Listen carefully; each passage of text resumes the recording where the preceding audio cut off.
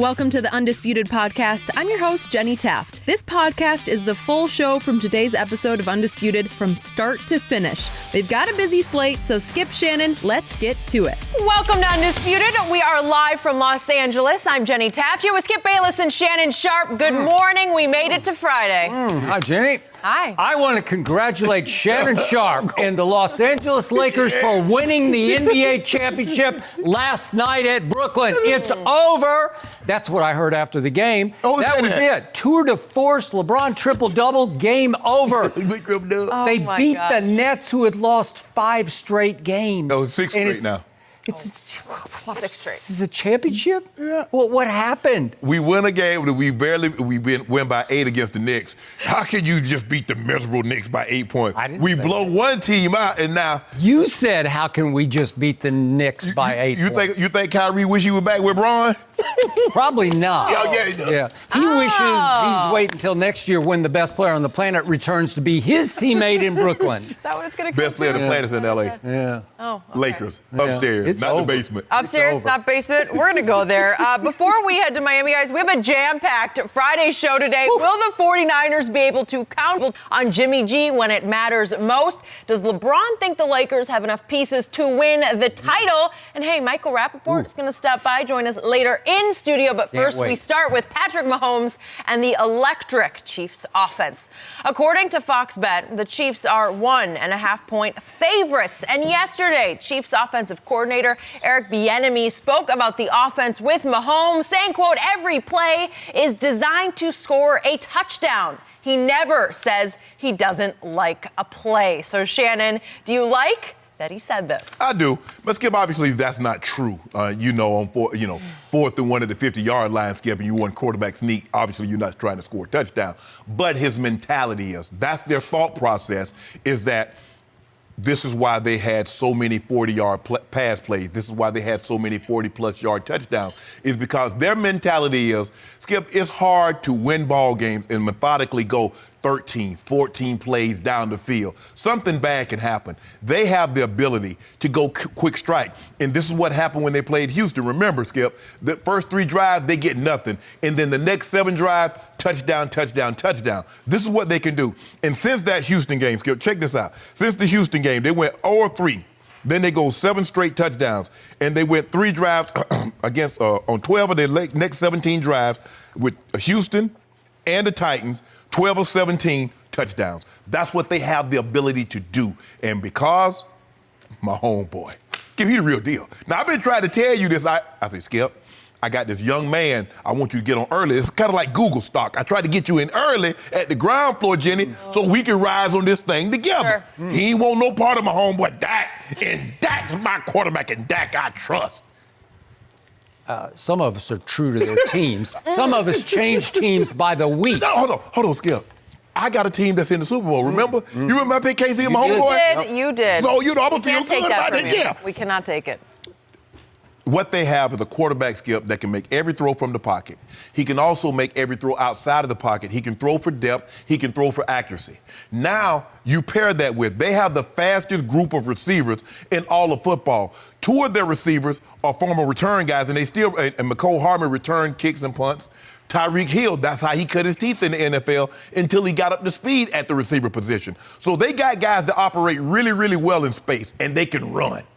So now you diagram plays, Skip, to try to get home runs. And sometimes I think that works against them because that's all they're thinking about. They don't really care about the 10-yard route. They want the 45-yard home run.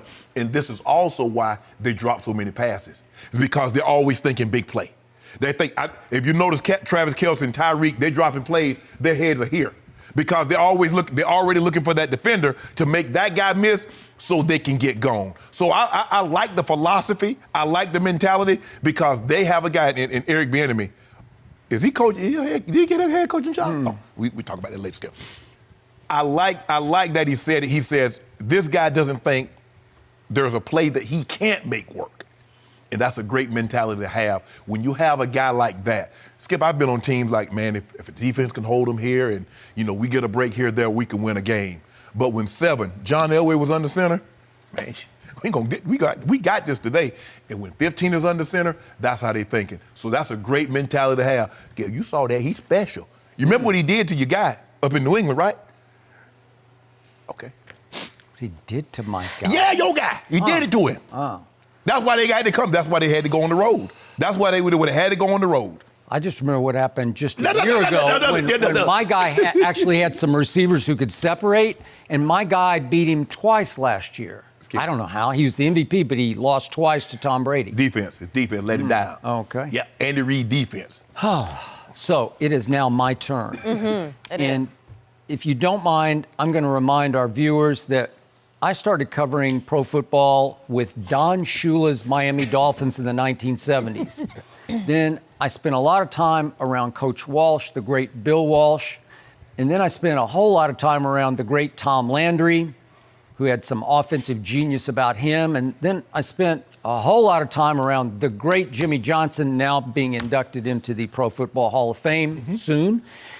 And I got to tell you, not one time in all those years, all those many years, did I ever hear anybody say, every play that we have is designed to score a touchdown. No, nobody ever said that one time. Not even the great Bill Walsh, who invented an offense. It's supposed to be understood. Yeah, it's just understood. Well, obviously, the goal of every play, unsaid, unwritten, yes. The goal, the hope of every play, even a short yardage play is, hey, if we break it, we break it. That would be great because obviously the goal is to take the ball across the goal line into the end zone to score 6 points. Yes. Right? Yes. But you don't say the goal.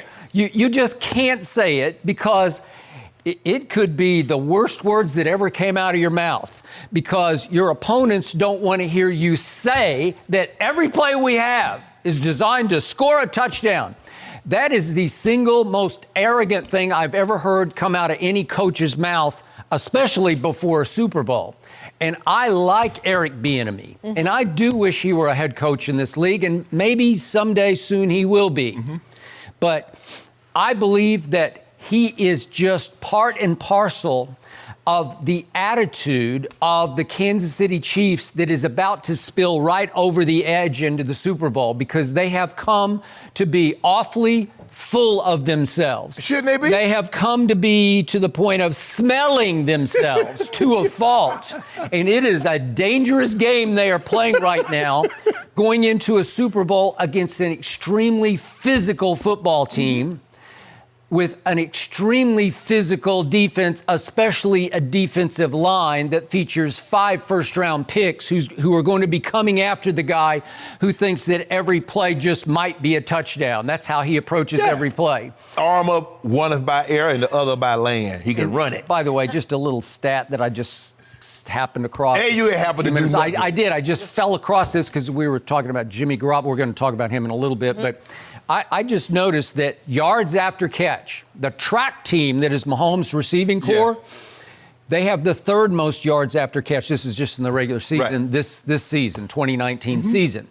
Guess who's 4th in yards after catch? Garoppolo's receivers are 4th after catch because, hey, Kittle, he can catch it and run with it. And Debo can really catch it and really, really punish people with it, right? Yeah.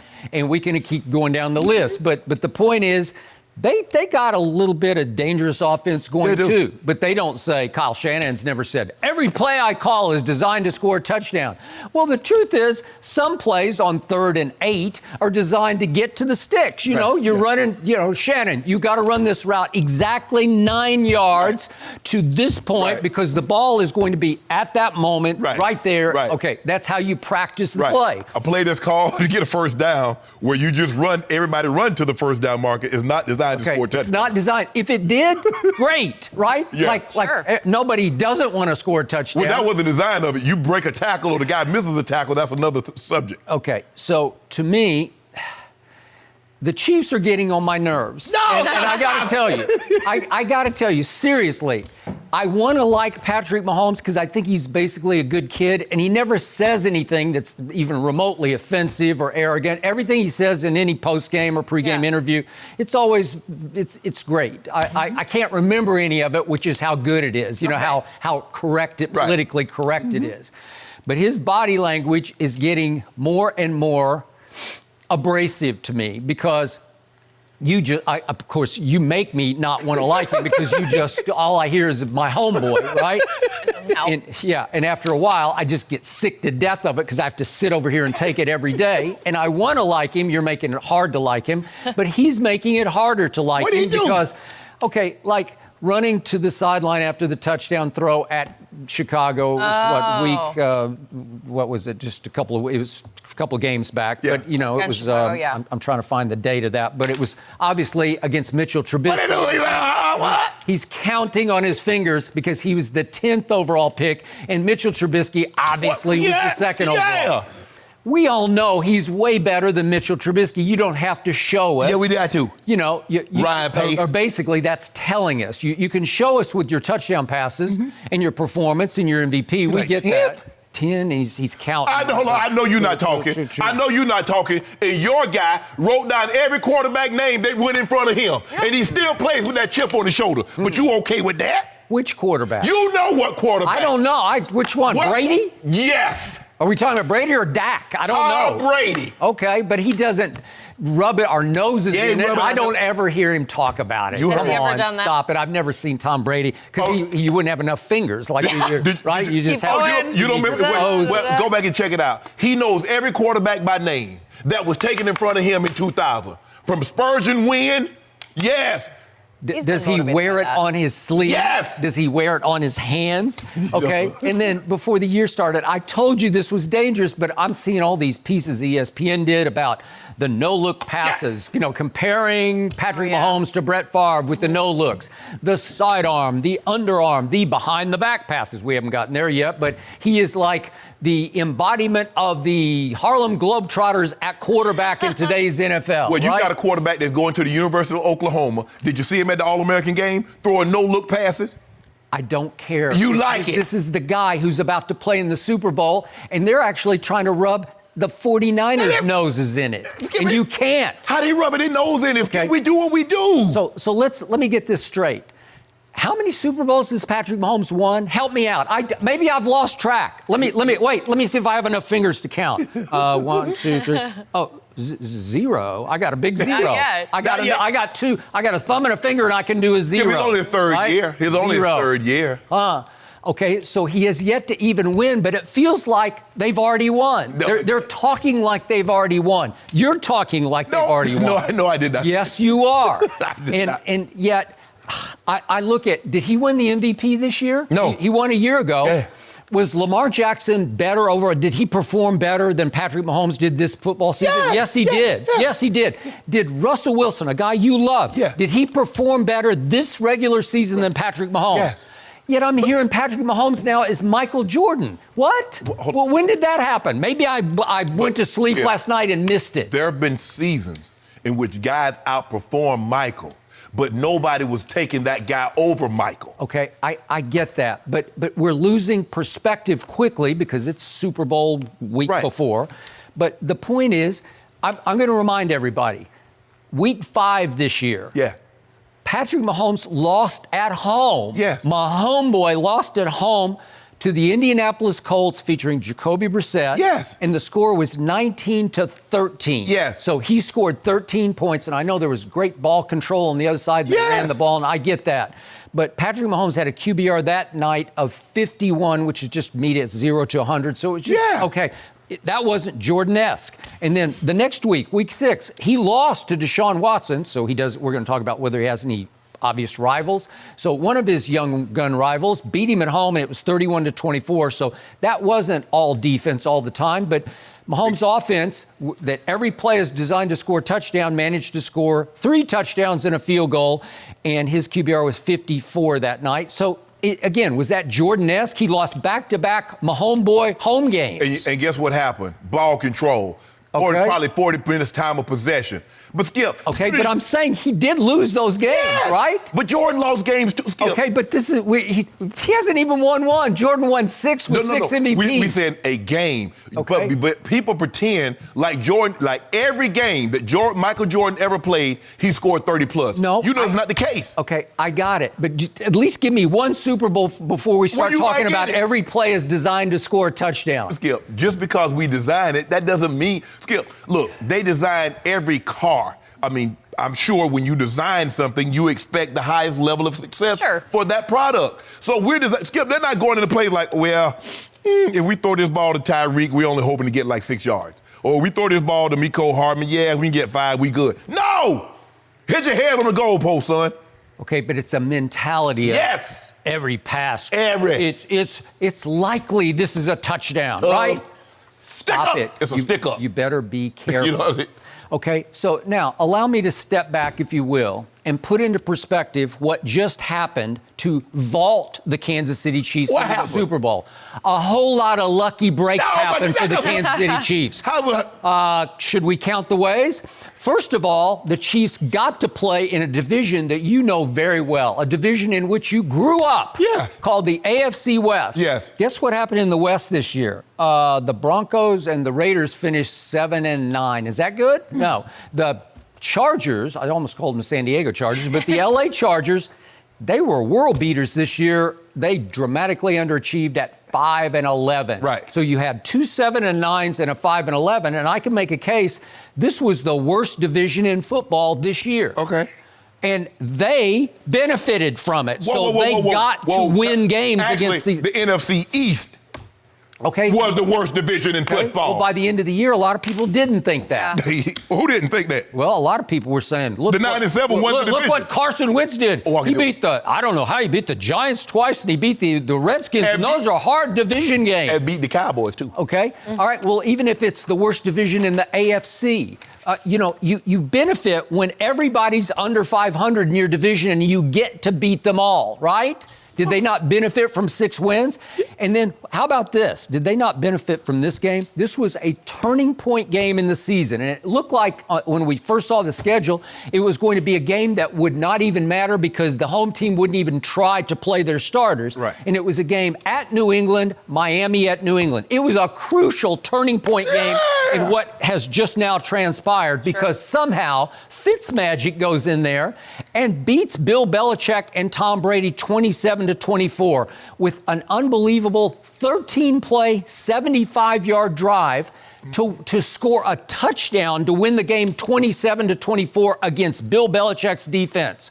Fitzpatrick did that. He drove them 13 plays, 75 yards, and he hit Mike Gesicki for a little 5-yard touchdown pass that won the game with 24 seconds left, 27-24. And the truth was, it was the death knell for the New England Patriots. But there's something happened. But you know what would happen if New England wins that game? Guess what? Nothing. Guess what happened? What happened? Well, Tennessee came to town and beat the brakes off them. Okay. That's what happened. Okay, but then we'd get to see some degree of difficulty because Mahomes boy wouldn't be at home. He'd be at Brady. Skip, we went to Brady. Okay. Do you know I got it. We but went this is a playoff game. It would have been very different. Could have been very different. Skip, we used to call those plays, Skip. We call those plays smell the deodorant plays. Because the referee got to raise his hand. You got to smell the deodorant, Jenny. Oh, so you're changing the subject. Now somebody's trying to change the subject. I haven't even started with the lucky breaks the Chiefs got. Check this, Skip.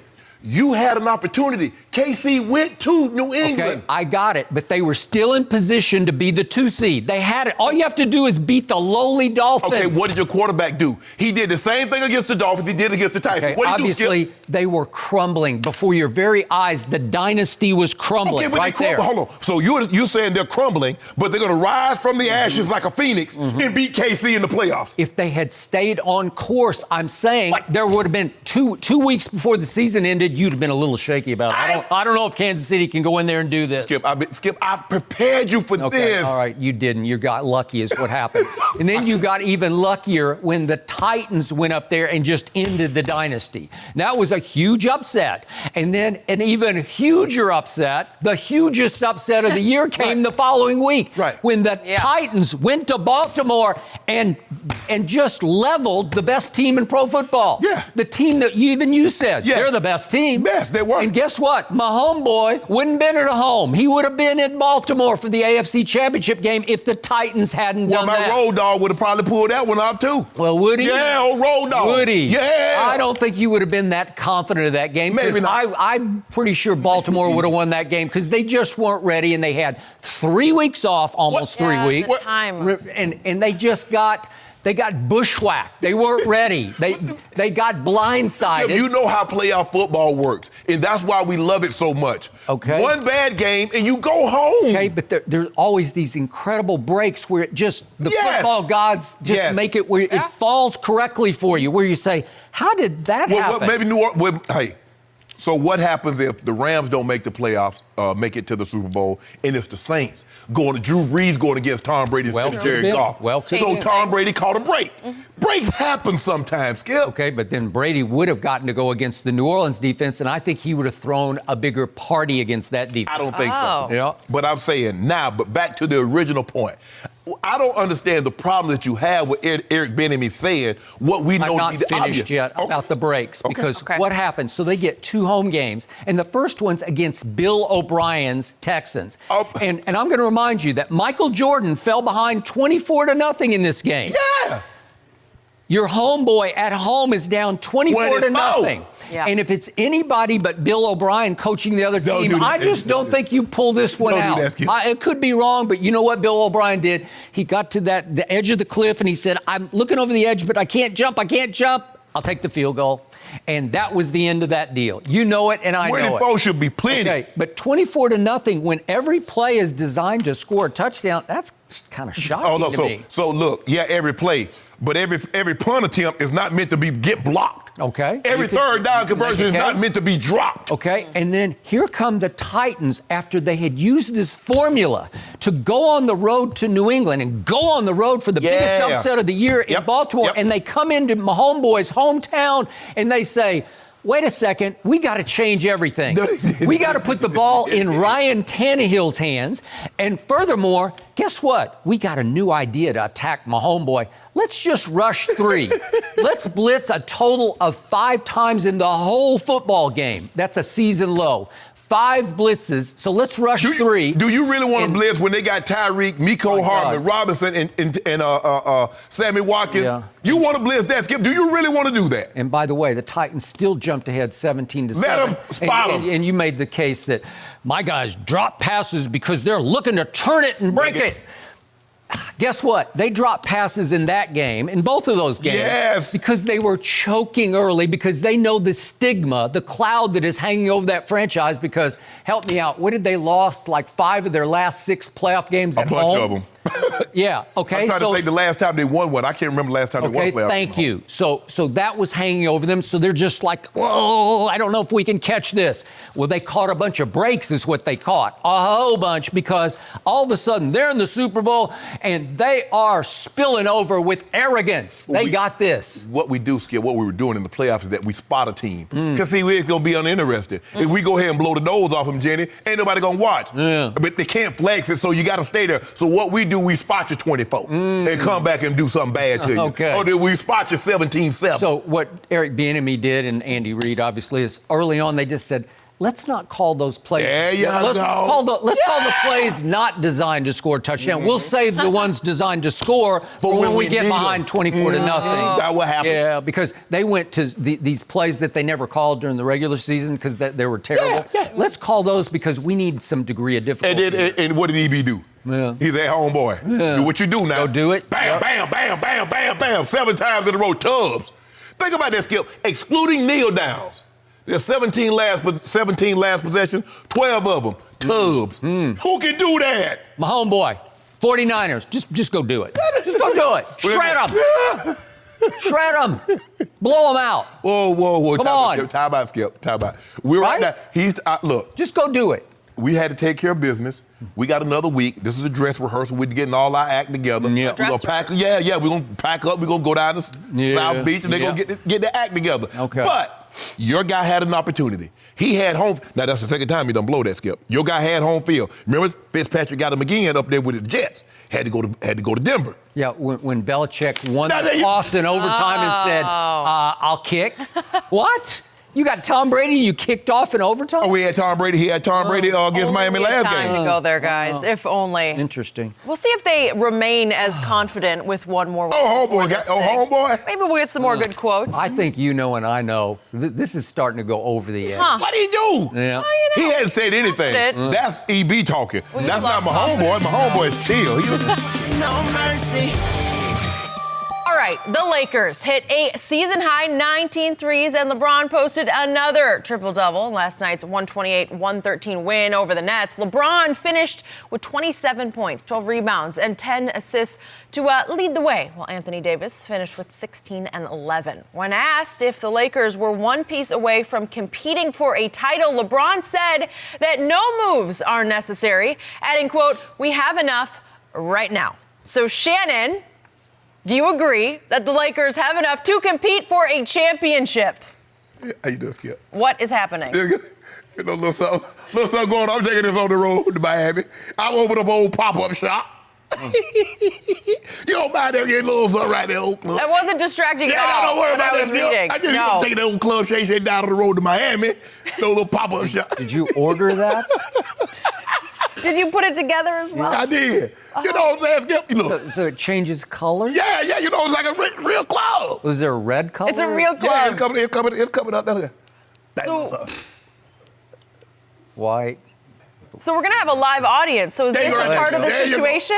Yeah. You just got to look left. I'm going to be down there in Miami. So don't buy that, Skip. Don't even buy that. So this is a pop-up shop club. Yeah. So you're going to open it up on South Beach just for the week. Just for the week in Miami. Really? That's it. And then we're going to be gone. And what if the Clippers happen to beat the Lakers for a third straight? It might close. That's not happening. It might get shut down. There you go. See, he's trying to distract you with the lights as well. Skip, look.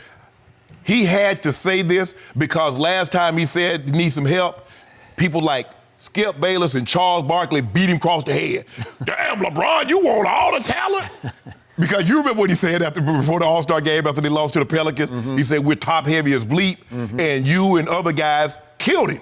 That was 2016. Yes. And so as LeBron, a Cavalier. Yes. So LeBron has learned his lesson. So look, we got enough right here. Now, if they're going to hit 19 threes, they're going to make 50% of their twos, 50% of their threes, shoot 75% from the free throw line, Skip, and block 6 shots, and LeBron's going to have a triple-double. Absolutely, they got enough. And Kyle Kuzma going to play like he played last night?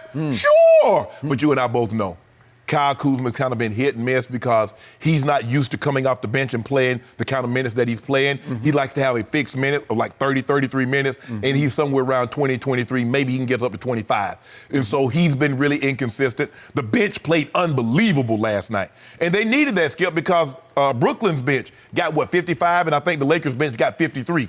And them threes, KCP and Denny Green. I thought you hated KCP. No, don't do that, Skip. See, what you were trying to do, you always try to cause dissension between me and my teammates. No, and I'm not going to let that happen. I'm just calling you on your opinions. Do you like KCP now? Okay. Skip, I just believe that they need another playmaker because they still struggle when LeBron goes to the bench.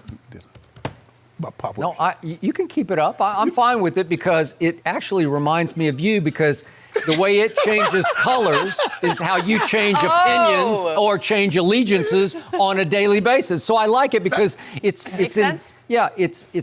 indicative of you. It says you. I changed from green to red to yellow, blue to blue, orange. It's a party. How about this, Skip? This is as simple as this. The Lakers is about 2 teams. It's about the Clippers and about the Bucks. And what Rob Pelinka, Jenny Buss, and the hierarchy, what they have to understand, what they have to sit down and determine, as assembled, do we have enough to beat the Clippers in 7, if need be, or do we have enough to beat the Bucks in 7, if need be? That's all the concern is. I agree with that. So okay. I believe they need a playmaker. I believe they need someone that can run the offense when LeBron shuts it down. But Skip, here's the thing. They really only have one piece. They have one piece. That's it. That's Kyle Kuzma. So I don't really know and how many teams you think out there are going to be willing to help the Lakers. Ain't nobody say, you know what, Lakers, you know what, we really want to see you guys do well, so we'll be willing to trade you this for that. No, it's not going to happen. So for me, Skip, I believe they do need another piece. Where that piece is going to come from and what are they going to have to get off to get it because they really only have one tradable piece asset, and that's Kyle Kuzma. That is true, which brings me to all of my points, which is point number 1. You're all full of yourself, a la my homeboy. about a game in which the Lakers beat a team that has now lost 6 straight games, a team in which Kyrie has already dismissed as we need a lot more pieces here. Remember, he already threw most of his team under the bus last week, right? Just the way he did in Boston. Yeah, but he tried to save them. But we do have some good pieces in Den and Carey and yada. Yeah. I should have said. Right, okay, I got it. But here's the point. This was a blip game instead of a trend game because what did the Lakers do last night? They made 19 of 38 threes. How often has that happened this year? Well, it hasn't happened at all. That's a season high in threes. Okay. Man. Well, I always tell you, the NBA, so is college basketball, but in the end, it becomes a three-point shooting contest where if on a given night you can make 19 threes, man, you're probably going to win that game, especially against a team that is now 18 and 25. Because the Lakers, even though they're 10th in three-point shooting percentage, which is pretty good. It's better than I thought because coming into the year, you were a little shaky about the three-point shooting. Well, in three-point makes, they rank 21st because they only make 11 a game. So that's not great. In three-point attempts, they rank 24th. So they're way down the list. So they just don't take that many threes. So that was an aberration night, right? To go 19 of 38. They're way beyond. They're 8. Let's see. Yeah, they're 8 above their average makes and their attempts 7 above their average attempts. So it was one of those rare nights when the ball's falling. Guess what? It was falling for the other team too because they almost made 50%. They were 21 of 46. So they made 21 threes. And your three-point defense has been pretty good this year. They rank 7th in three-point defense except for last night. And I'll give you a little break because they were back-to-back. They didn't have to go far because they obviously were in Manhattan and they just went across the Brooklyn Bridge. And that old lady, she got the stadium, the arenas mixed up. Yeah. She thought she was supposed to be the Brooklyn on Wednesday. And she was supposed to be the Brooklyn on Thursday. She was supposed to be at Madison Square Garden. Her name is? Miss Trip Dub. Miss Trip Dub. Okay, so Miss Trip Dub has visited LeBron only 10 times this year. Only? 43 games LeBron has played, and he only has 10 triple-doubles. I'm going to say this again, and this is from my heart. I'm not embellishing. I'm not exaggerating. I'm not even piling on. I'm saying this from a very positive point of view. What? LeBron James should average a triple-double. Yes, he should. Takes too much. He's just that good. And listen, with this team, when you are the point guard, you easily should average 10 assists, 12 assists. Which he's averaging 11. Okay, all right. I got that. That's like roll out of bed stuff. That's just what you do. But Skip, you said, now the man should be taking nights off, and he shouldn't be playing 35 minutes. Do you know the amount of energy that it takes to go and grab loose rebounds? Now, the assist is one thing. It's a make or miss league. I can pass the guy the ball, the guy missed the layup, the guy missed the shot, or I can do nothing about that. But to get rebounds on the defensive end, what the hell is JaVale? What is Dwight Howard? What is AD? What are they for? I got 3 guys at 6'10" or above, and I got to worry about rebounds? I wish I might. Who's the quickest of those 4 players, including LeBron? LeBron is. But Skip. He's 6'9". He weighs 260 pounds. No, he lost weight. Oh, stop it. He lost weight. But anyway, Skip. He has not lost weight. Yes, he has. No. You just said when he was supposed to, I talk about, he looking real frail. He looking thin. That was in the offseason. Yeah. He doesn't look thin now. He look thin. Yeah. Skip. He looks like a man. He always have been. Yeah. You see when he go to the basket, hit that spin on him, bump him out of the way, to the layup, to the left, to the left. Yeah, well, you can bump him out of the way and get rebounds, too, if you care enough. No. If you have the desire, you could do it. First of all, we're playing a career low 35 minutes a night. The one thing that we're not going to do in those 35 minutes is exhaust ourselves and play, even though we're playing 35 minutes, play the equivalent of like 42 minutes by hustling, trying to get loose balls. So you're saying he can't play hard because he's too old? No. Well, I mean, I think that's what that's not what I'm saying. He's too old. Nobody has the response. There are very few players in the NBA that has the responsibility of LeBron James, and none of them are in year 17. Now, if he was 20-year-olds like Luka, yes, I believe LeBron James with the mindset after seeing Russ average a triple-double, yes, I believe he would go get it. But Wait, are you talking about the same Luka who was 2 for 11 from 3 last night at Portland? I don't know. And hold up. 11. Did he have 27?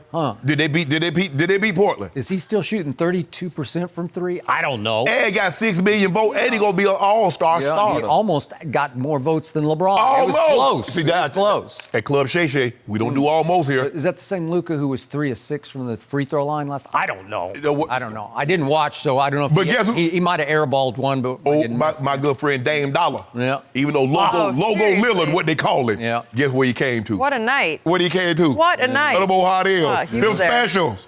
I don't know what they serve up in Portland. What's the dish up in Portland? I don't know why you only serve losers. I don't know what that says about that a your new club. thing? You only serve losers. Somebody they get the hot hill. Complicated. Really? Because you want QBR, which is the loser stat. He will almost win. stat? That's a loser stat. Huh. So, then I had to open up a shop. But Okay, so look, I'm giving Rob Pelinka at least my midseason executive of the year because on the fly, after Kawhi Leonard left your team high and low. which we will not pick for one of our starters in the West.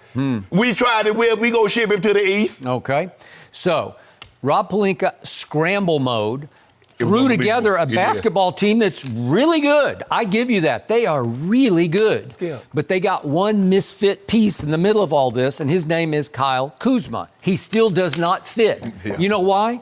Because he doesn't have enough reverence for LeBron. He'll say a lot of the right things. His trainer said the wrong thing because he That's why he got to go. on that bridge. That's why he You know gotta what? go. I think he does have to go because of that, because I think you can't come back from that. Right. You can say, oh, that's just him talking. But here's the thing, Skip. Had the trainer said that, Yep.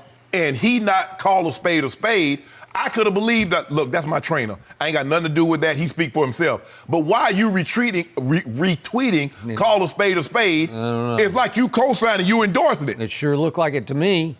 And he tried to talk his way out of it. He tried to backtrack on it, but no, I think it's burned. But see, when you got old Chef Braun up in that thing, Skip Haley, I remember my grandma used to be in the kitchen cooking, Jenny, and she would she takes that thing, she say, boy, this thing don't need nothing. She said, don't need nothing. Okay, but this is addition by subtraction because they need to get Kyle out of there because he doesn't fit with these guys. He doesn't have enough respect for LeBron, and when he, as you know, when he touches the ball, it's going up. Yeah. And I just don't think LeBron loves that fit because AD is nothing but reverential to LeBron. He plays the little brother role. He's not threatening to LeBron. Kyrie back in the day was threatening to LeBron because he took him on like, I'm better than he is. I'm a better offensive player than he is. You see what Kyrie record is against LeBron since he left? I got it. Okay, but back in the day, you know what I know. Oh, yeah, he thought, yes. He thought, Yes. I'm the guy here. I'm the guy. Yes. And there's a little Kyrie starting to bubble up in Kyle Kuzma, like, I'm the guy. Skip, I can do this. All those guys that have high reverence for Kobe Yep. think that, I train with Kobe. Bruh, just because you go train with somebody, that don't mean you're going to become that somebody. Okay, I got it. So I assume they could sign Darren Collison for nothing because he's quote-unquote retired. And I assume they could trade Kyle Kuzma for another veteran piece. Like Derrick Rose doesn't work because it's not equitable. Right. But the point is, they need a Derrick Rose who's reverential to LeBron. Like, oh, I love, like he's one of the brotherhood of those that age of players, you know? Okay, and then you can improve the chemistry. And real quick before we get to the next topic, Sure. Jared Dudley was a great signing. And I know Jared very well. And again, every time I watch him play, I think it looks like a dad who came down out of the stands. Looks like a dad who said, can I play? And I'll put my headband on. He did pretty well. And they tell him, well, just stay out of the way and don't get hurt, right? Awesome. But he made a play last night. Rondo In the third. It was, here it is, an underhand by Rondo. Hit it, Dudds. And then he just goes crazy. And the team loves this. This is great camaraderie chemistry. Yes. This is great. He said, I know what my job is. Yeah. Stay in front of my man and pass the ball to LeBron. Okay, well, that's true. That's my job. And make an occasional Make three. occasional- When the yes. king passes me the Yes. ball on the wing, Yes. I make a three. Yes. Okay, so the chemistry feels good, except for the Kuzma factor. Right. I don't know if he's going to appreciate the dad comment, Yeah, but no. I hear where you're going with it. You know.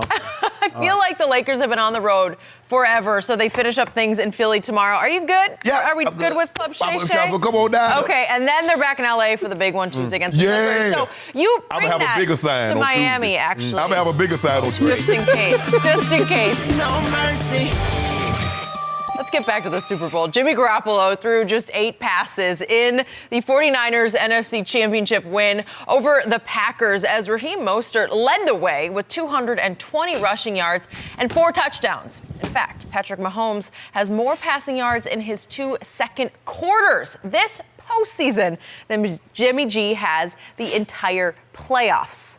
Just keep that in mind. And yesterday, Jimmy G said he's heard the criticism about his workload and is using it as motivation. So, Shannon, how crucial is Jimmy G to the Niners winning? Well, if things go according to plan, to the 49ers plan, Kyle Shanahan, he won't have to be.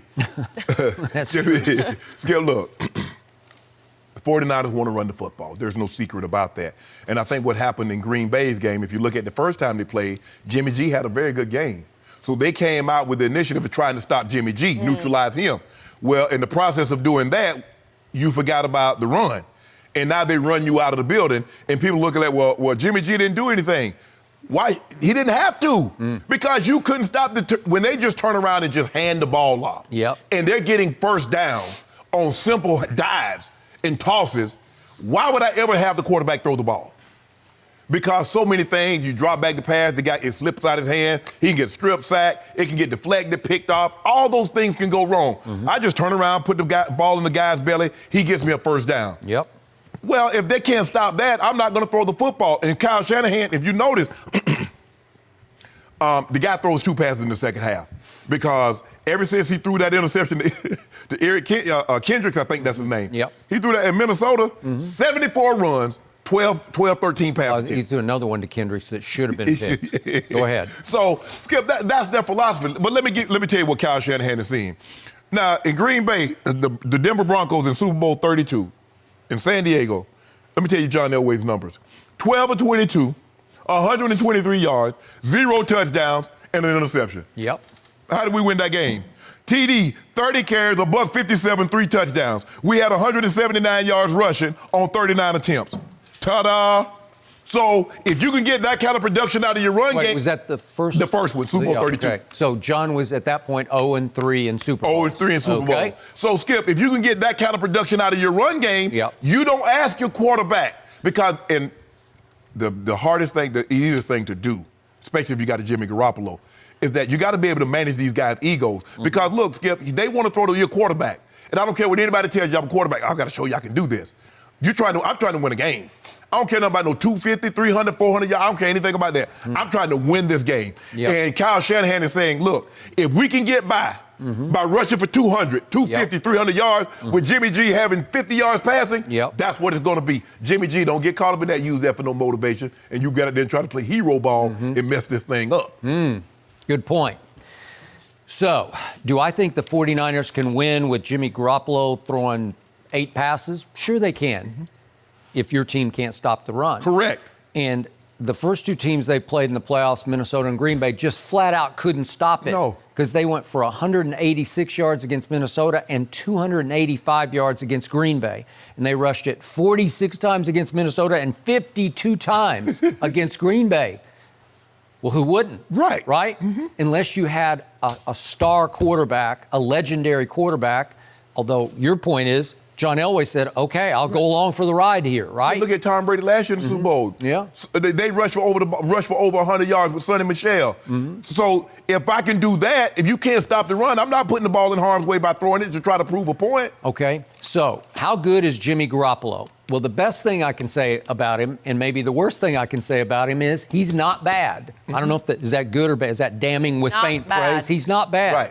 The best thing he did during the regular season was he was 5th in the NFL in completion percentage, 69%. But guess what? He had the 3rd lowest air distance per attempt. So he's dinking and dunking like crazy. Yeah, like somebody else we know, huh? Who? I ain't gonna call his name, old Dinkin' and You're Dak. not going to... Oh. Dinkin' and Dak was the... Not this year. Not this year. Not this year. Well, stop it. That's the thing of the distant past. Well, what about your other guy? Your other favorite quarterback? I'm talking about Jimmy Garoppolo right now. Okay. So he's dinking and dacking like crazy, but I already told you, yards after catch. Yes, they're 4th. They were 4th. Right. Kansas City 3rd, they're 4th. Right. Wow, that's pretty great. But the rest of it starts getting worse and worse because, like, touchdown to interception ratio, it's 18th. His QBR was 12th, which is not bad. Not bad at all. And yet, as you go down, we get to deep pass percentage. He ranked dead last in the whole of all the quarterbacks that qualified. Dead last in deep pass percentage. That's 20-plus yard percentage. They don't do it because they don't need it. Because Skip, the thing is in the true West Coast, the West Coast system is about getting the ball in the receiver's hand and let them make plays. There's not a whole lot except correct. Kansas City, Skip, because they have so much speed that they're built different. So they have to.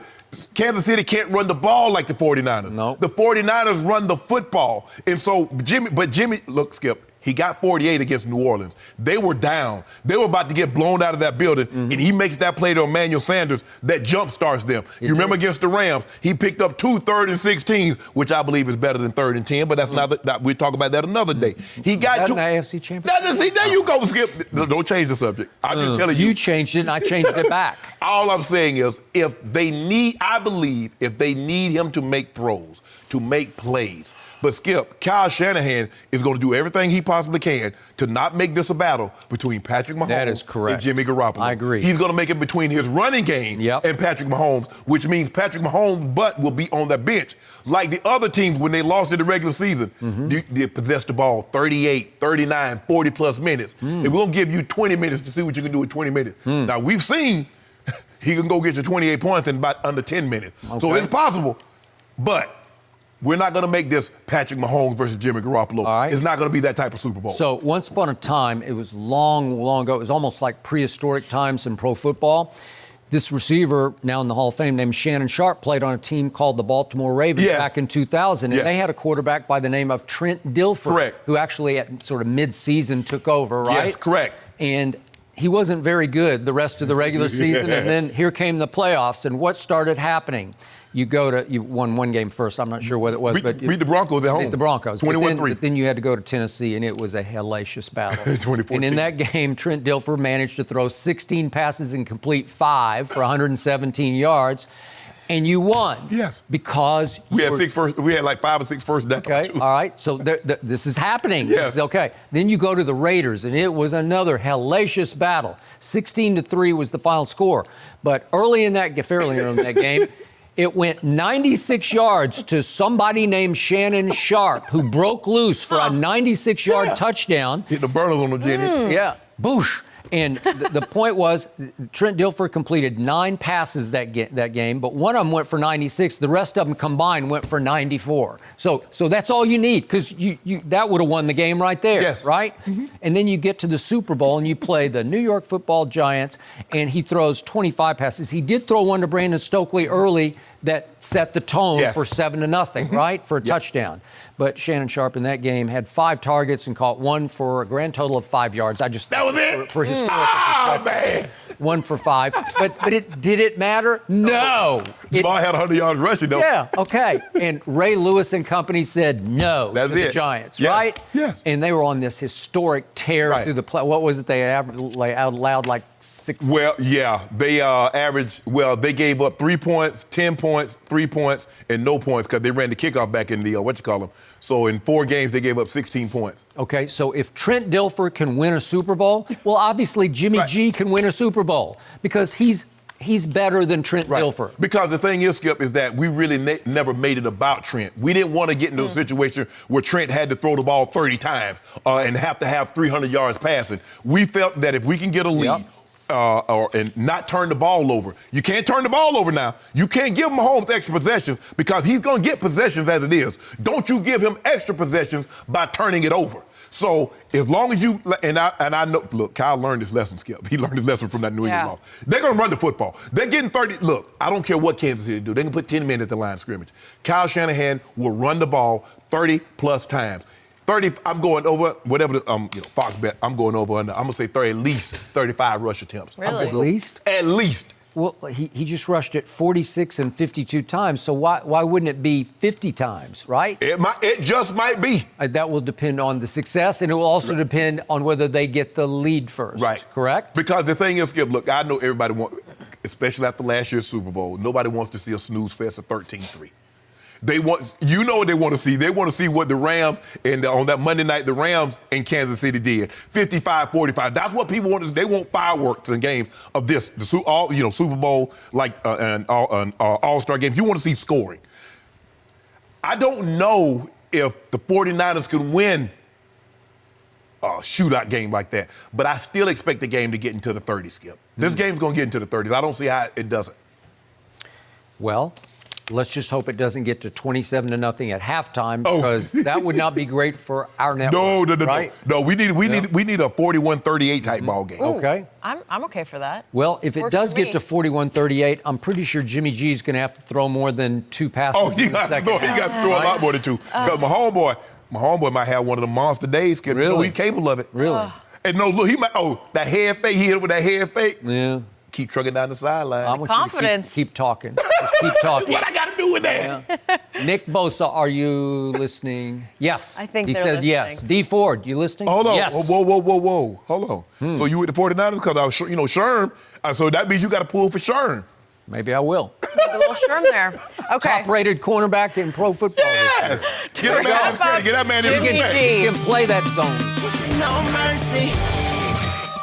Time now to discuss the latest with Antonio Brown. AB spent the night in Broward County Jail and faces a felony charge after allegedly assaulting a driver of a moving truck. AB was granted bail and will be required to get GPS monitoring, release his passport and guns, go through drug and alcohol testing, and a mental health evaluation. So, Shannon, I start with you. What is your takeaway from the hearing? Sad that it had to come to this. But maybe the best thing, Skip, is that he has to undergo testing now. And it's a shame that he had to go here to get to there. See, he could have just did this on his own, but he thought it was cool. Now, I wonder what I wonder if he got, Skip, you think he got his crew in there with him now? That's filming all this to put this on Facebook Live and put this on IG? You remember how you gonna do things your way? You should have told that judge what you told Mike Tomlin, what you told John Gruden and all these other. It's on your terms. Do it on your terms, bruh. And my grandma used to say, boy, look here. If you don't do it my way, they got places that they'll send you that you'll do it theirs. And AB's at that place. Now they have him in their grips. Go get alcohol testing. We're going to do a mental health evaluation. You see how he was dressed in that picture, Skip? Now, you see all the other guys? The majority of those guys that you saw in the back, they had been there before. So they used to that process. A guy of AB's caliber, he ain't been there before. You see how they got it dressed? They gonna make sure he don't do anything on their watch. I guarantee you, when he turned himself in, and I was hoping, I said, Skip, I hope he gets some attorney, turns himself in, because you don't want them to storm that house. They know you're a registered firearm. They know you're known to carry. They know you're belligerent. They know you're confrontational. They don't enter your house with the gun in the holster. They enter with that thing out, drawn. So I'm glad he came to his senses and he turned himself in. But Skip, this could have been prevented a long time ago. AB thought he was doing right, and AB was doing wrong. So now someone is making him. No, see, the thing is, Skip, it's like I say, America's a free country. You can't make anybody do anything. But when the system get a hold of you, they can make you do it. Yep. I'm glad. I hope AB, this is a wake-up call for AB, and he comes to it when he's in there, and they're like, okay. Because they're treating it, Skip. He got to wear GPS tracking. They got to surrender his passport, his firearms. Skip, that's not normal. That's not normal. They see the way he was acting. You're not acting normal. I hate it, because they didn't even have to come to this.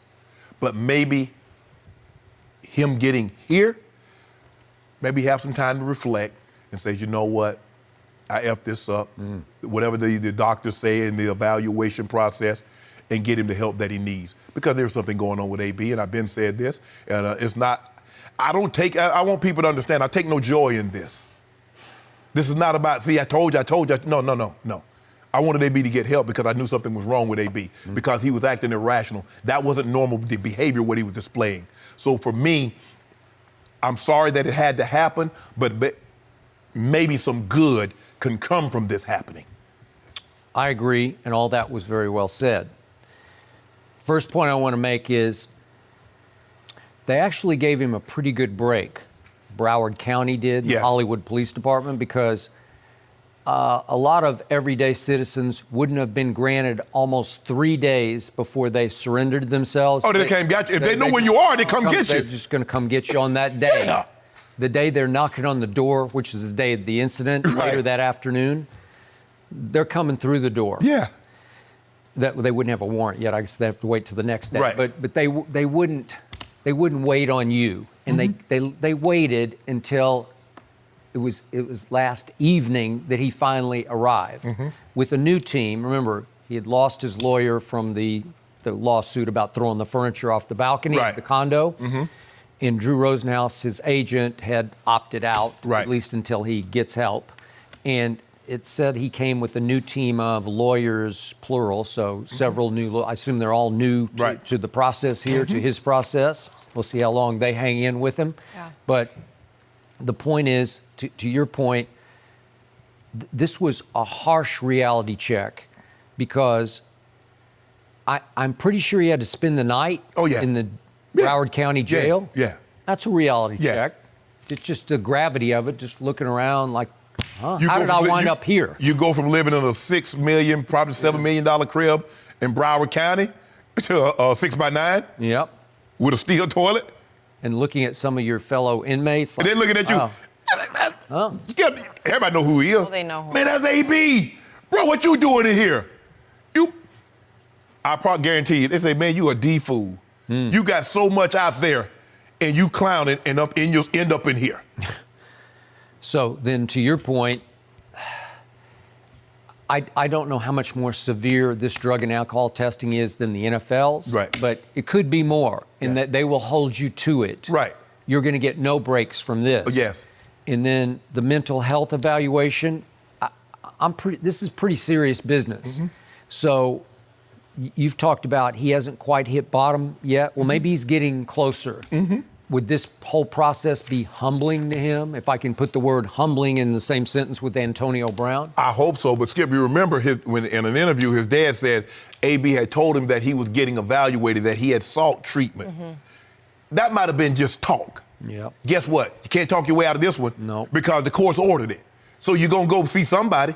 I don't know who it's going to be. I don't know how all that, because, look, obviously the system and then somebody you see, it's not like, you work for the government. It's not like you're making a ton of money like someone in private practice.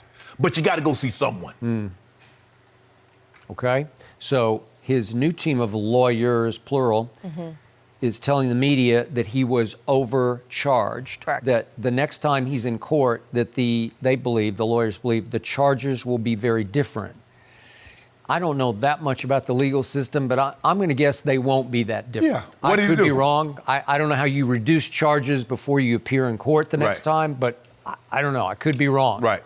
But it is alleged by the driver that the worst allegation is that Antonio pulled open the driver's side door and jumped into the cab. Yeah.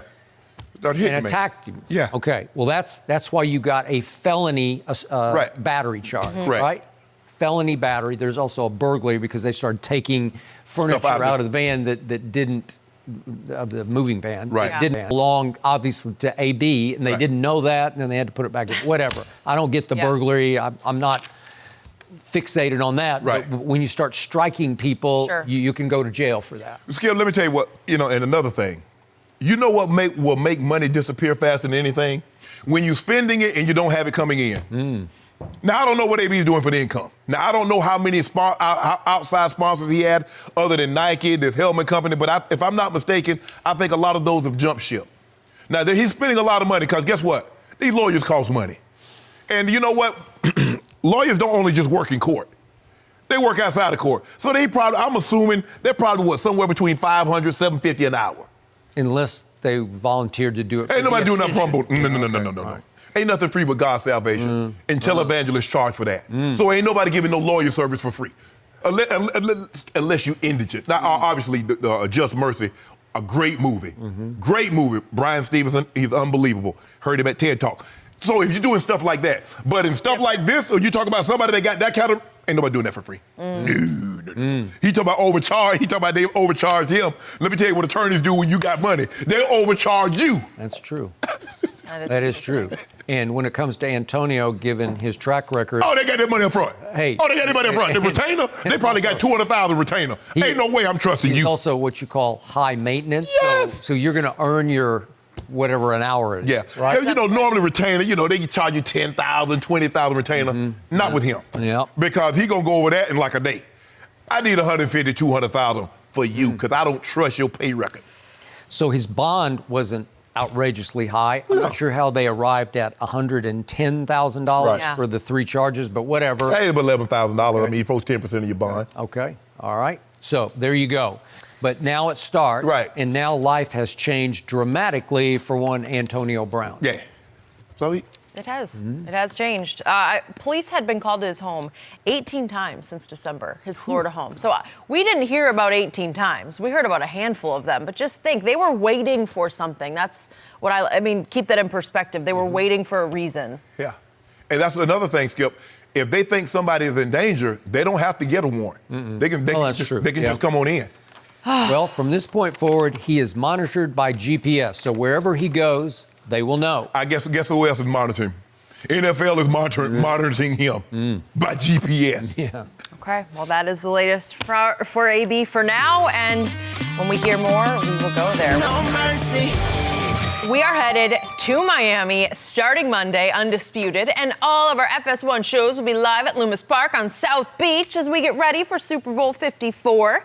If you are in the area, please come by, watch Skip and Shannon live and in person. Audience check-in starts at 8:30 a.m. and trust us, you do not want to miss it. We are going to have so many guests: Lil Wayne, Offset, Christian McCaffrey, Michael Irvin, Deion Sanders, and that is just the beginning, guys.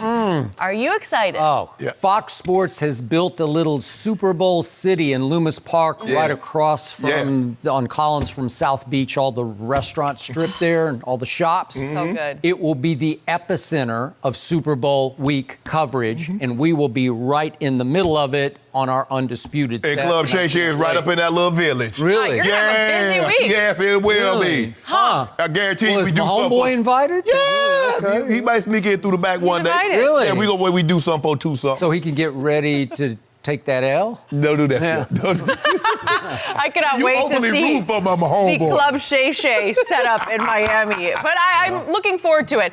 Okay, here's the other thing. LeBron posted another triple-double last night and closed within 70 points of Kobe Bryant for number 3 on the NBA's career scoring list. He can pass Kobe, guys, on Saturday in Bryant's hometown of Philly. And Kobe told USA Today, quote, "You should be happy for the person that comes after you to be able to surpass things that you've done. It's kind of juvenile to think or to behave any other way." So, Shannon, are you buying that Kobe is embracing this? Be juvenile. Did you hear what he said, Skip? Be juvenile. For you to think that a man of distinguished as Kobe Bean Bryant would harbor any resentment or ill will that this man was about to pass it. I do believe him because I believe that Kobe is looking at it like this. I gave basketball 20 years and I gave it everything. The way I ate, the way I trained, the way I prepared, and the way I played. I left nothing. Somebody tell Kobe Bryant coming out of high school, Kobe, you're going to win 5 titles. You're going to be 2-time finals MVP, a regular season MVP. And when you retire, you'll be the 3rd leading scorer all time. You think Kobe takes that? He say, oh, hell no, I don't want that. Of course he'd take it. And rightfully so. Now there's someone coming along, LeBron James, in year 17, that's about to pass Kobe. Kobe is very competitive in everything that he does, but his competitiveness has just shifted. No longer is basketball, it's the creative side. Skip, he's won an Oscar for a short story and his play about, his basketball, I think it was My Basketball or that short story that he did. So that's where his competitive juices flow now. I also think he's coaching his daughters. Right, and have the Mamba Institute. So, Skip, that's where he is now. He's content. He has a piece about what he was able to do on the basketball court and the competition there is no competition now because he can no longer compete against LeBron because he's retired. There's no competition. I mean, sure, was there a competition when they played? Rightfully so, absolutely. Both came straight out of high school. LeBron mentions it all the time. Kobe was one of his idols because he did what Kobe had done before him. Come straight out of high school. Now, he went to Kobe went to a more storied franchise, had less responsibility starting than what LeBron did, But I do believe it, Skip. I do believe that listening to Kobe talk now, he's still a competitive, but it's just in a different area. But just for, I don't even know why I'm bringing this up. I probably shouldn't, Jenny. But you do know Kobe, LeBron about to pass Kobe in 105 fewer games. So this game it'll be 104. But I don't even know why. You know what? I do know why you brought my grandma's like, boy, you always bringing up old stuff. That's new stuff. That's now stuff. No, I mean that's beside the point. This was not about how soon LeBron James is passing Kobe. This was about Kobe, and I do believe Kobe is happy, genuinely happy. And Skip, that's a bad way to live. Look, I still hold a tight end record, most receiving yards in a game. George Kittle, I think, came within 3 or 4 yards. He had that at the half and didn't catch another pass. Skip, it's a terrible. And you were scared to death. I wanted the record, but I would have called and congratulated him. Skip, it's a bad way to live, to wake up every Sunday and sweat. Man, I hope nobody break my record today. I hope nobody. Thank you. Nobody broke my record. No, man, I can't live like that. Yeah, you can. No, it's over. I done you it. do. Skip, I broke somebody's record. But you know my favorite record, Skip, of all time? Which one? Mine till it get broken. But so when it happens, it's over. It's done. But it's one thing for somebody to break your single game record. Right. It's another for you to believe you're better than Kittle or Tony Gonzalez or Rob Gronkowski. I do. Okay. That's what we're really talking about. Right. Yeah. So I agree with your premise. Kobe has mellowed. Kobe has mellowed into becoming a Laker ambassador. He is publicly mellowed in that he doesn't say anything scathing. At the last 3 years of his career, you could just count on it. Just about every day, Kobe would drop another little bombshell on somebody's head. Yeah. Because he was after everybody about everything. You remember, Skip? You remember when he was hurt and they celebrated, won a game, and they was out there celebrating, and Kobe just. Yep, I do. So all that's gone, and I get that. But I am not buying for a second that he doesn't harbor this competitive drive versus LeBron to the point. I've heard it from too many people close to Kobe. I'm not close to Kobe, but I know a lot of people who are. Sure. And they say that from jump, he believed he was better than LeBron James. And I believe if you put him on a lie detector today, he would say, I was way better. I was the Mamba. I was a cold-blooded killer. Skip, you know Kobe believes he's better than Mike. He believes that. You know he does. He might say that. I'm not sure he believes He that believes one, it. But he really believed it about LeBron and still does. And remember, I thought we were going to get it head-to-head back in 2009 when the puppet commercials dropped. Nike thought we were going to get it head-to-head. Remember that? Yes. Remember the puppet commercials? I do. I still got a Keenan t-shirt. Thompson and David Allen Greer, and they were all-time great, right? Yep. And we're building up, and then the Orlando series happens in the Eastern Conference Finals, and LeBron in Game 2 hits the shot heard round the world to win it and even the series at 1-1. And then they go to Orlando, and they lost, and they end up losing in 6 games. And Kobe won in 6 games against Carmelo's Nuggets. Remember that? And on Kobe... After losing Game 1. Didn't they lose Game 1? I can't remember. I think they lost Game 1. Okay, and boom, they go to the finals and play. They kind of got to play Dwight's Orlando Magic, right? Yep. And wiped them out in 5 games. Well, that was supposed to be LeBron versus Kobe in the NBA Finals, and we never got to see it, unfortunately. Right. But I'm going to give you this. LeBron's trip up to this point has been more impressive than Kobe's was. You can just, what you just said, 906 fewer games. But I told you what happened back in March 6, 2019. LeBron passing Michael Jordan's point total was not impressive because at that point, LeBron had played far more games and minutes than Michael. But Skip, what makes LeBron impressive, he had played more games, more minutes, but had gotten up fewer shots. Let that sink in for just a second, Jenny. Now, I'm going to play more games. I'm going to play more minutes, but you shot the ball in fewer games than me. But I got more points than you. Let me undercut that, please.